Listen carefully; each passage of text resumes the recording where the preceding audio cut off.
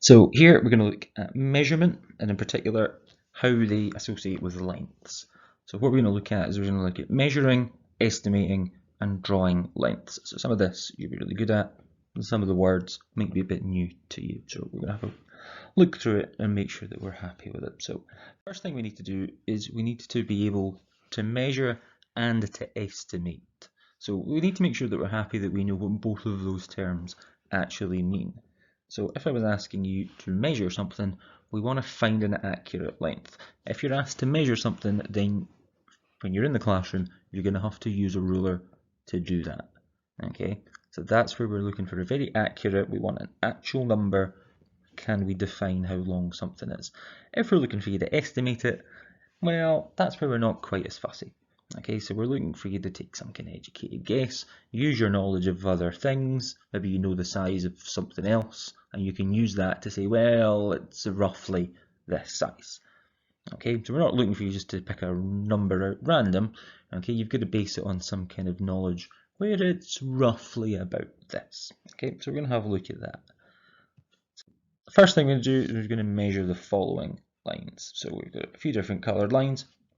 Remember, when we're going to measure our lines, we need to get our rulers. So looking at the orangey line first, I've got my ruler, which is measuring here in centimetres, although there wasn't quite enough space to put that on, so I managed to crop that out.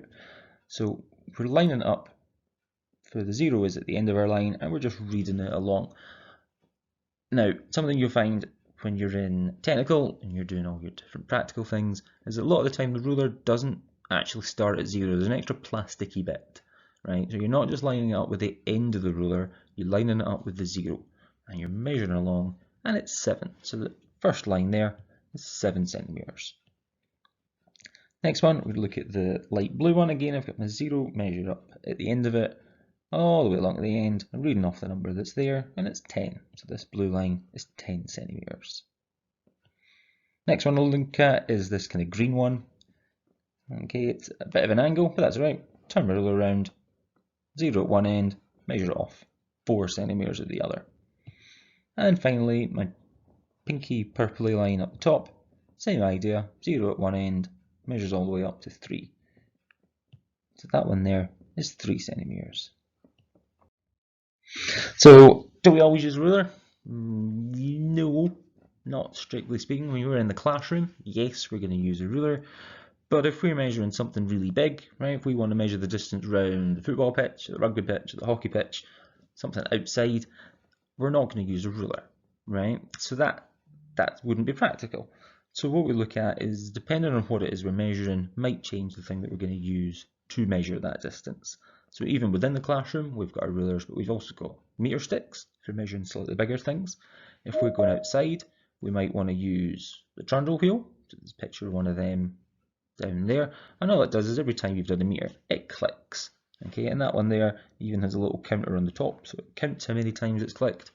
Or we might just have an old-fashioned one like we used to use at school, where you actually just have to count the clicks. Or alternatively, you might be measuring something really small, okay, or you might need a little bit more accuracy. So again, if you're looking at something in science, maybe you're in geography, you're doing something there, in your fieldwork stuff, you might want to use some calipers, okay, and that's going to give you a really accurate measurement of the thing that you're dealing with. Okay, so do we always use a ruler? No, but by and large in the classroom, that is what we'll be using. Okay, so what if we wanted to estimate some things? So if that little green line that's on the screen there is 1 centimetre long, so knowing that, how big do we think that line is?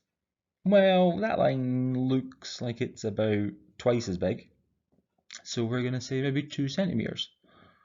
Okay, looking at that one, it becomes a little bit harder because it's a wee bit further away. Maybe 5 or 6.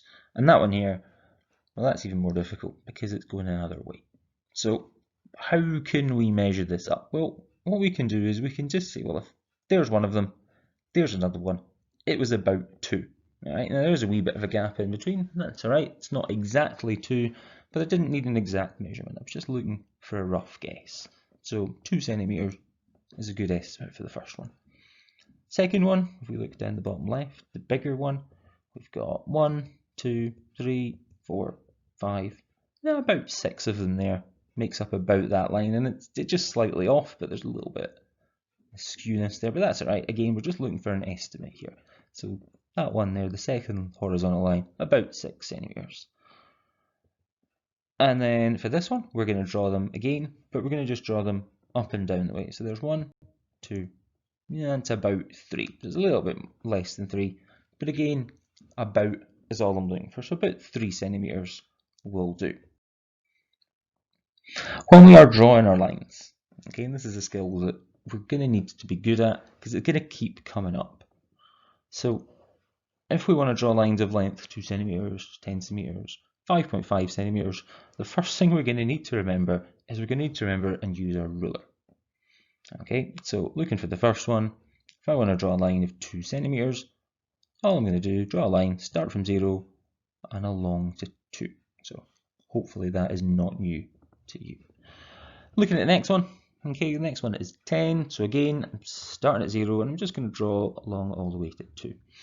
Okay, what might be a little bit more challenging is this last one because we're asking you to do 5.5 centimeters. So what we actually want is we want 5.5 centimeters. So when we come to do this final one, we need to find the space that comes halfway between 5 and 6. So we're going to draw from 0 all the way along to the halfway mark between 5 and 6. Okay, and that is our final line drawn. So that's what we need to watch out for because that's what's going to make these a little bit more challenging.